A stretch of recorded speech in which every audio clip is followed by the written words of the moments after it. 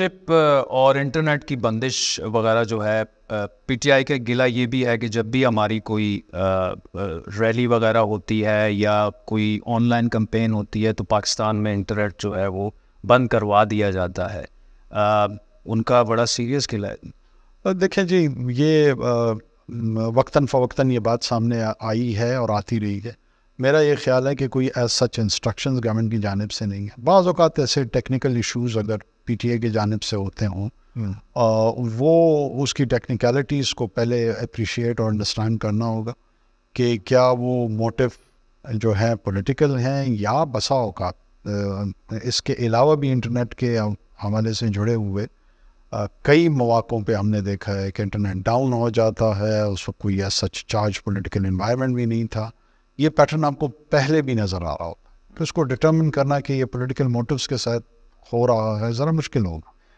9 مئی کے واقعات ابھی تک سزائیں نہیں مل سکی اور مجرموں کا تعین یا کوئی اس حوالے سے ثبوت وغیرہ سامنے نہیں آئے، اور یہ ایک ایسا واقعہ ہے جو بھولنے والا نہیں ہے پاکستانی ریاست کے لیے، عوام کے لیے.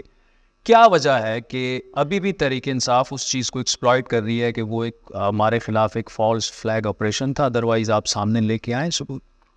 دیکھیں جی، یہ ظاہر ہے میں کورٹ آف لا کو تو یہاں پہ اس کی ایجوڈیکیشن کر نہیں رہا ہوں کہ اس کا میں فیصلہ نگران حکومت میں رہتے ہوئے سنا دوں. یہ تمام اداروں کے اپنے اپنا آئین میں تعین کردہ جو کردار ہے وہ اس کردار کو ادا کر رہے ہیں.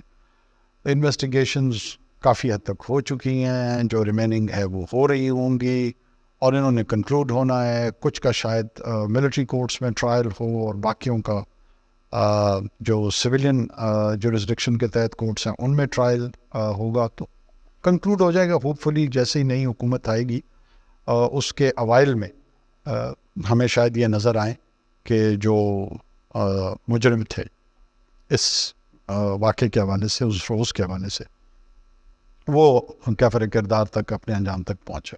غالب صاحب